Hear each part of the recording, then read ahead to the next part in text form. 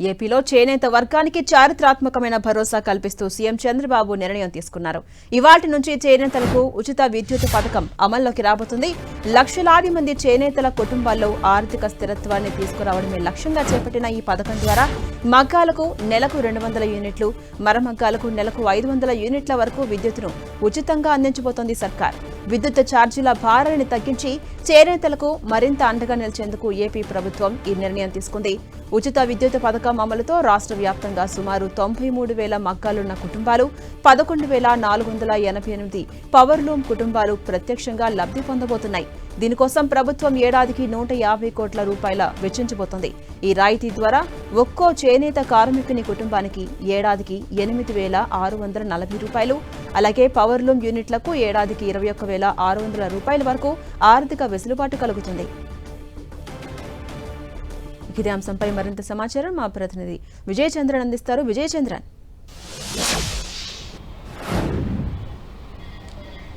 మగ్గం నేతలను ప్రోత్సహించడం కోసం ప్రభుత్వము ఉచిత విద్యుత్ వారికి సరఫరా చేయాలని చెప్పేసి నిర్ణయం తీసుకోవడం జరిగింది. దానికి సంబంధించి ఈ రోజు నుంచే ఈ ఉచిత విద్యుత్కు సంబంధించినటువంటి పథకం అమలు చేస్తున్నారు.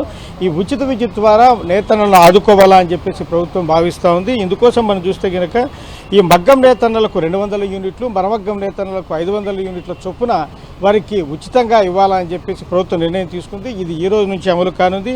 తద్వారా చూస్తే కనుక ప్రభుత్వం మీద 150 కోట్ల రూపాయల అదనపు భారం పడుతుంది. అయినప్పటికీ కూడాను ప్రభుత్వము ఈ మగ్గం నేతలను ఆదుకోవాలని చెప్పేసి ముందుకెళ్తూ ఉంది.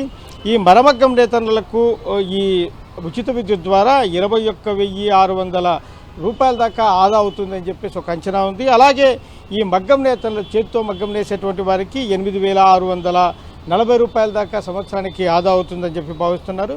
తద్వారా 104,000 మంది ఈ చేనేత కార్మికులు ఈ పథకం ద్వారా లబ్ధి పొందనున్నారు.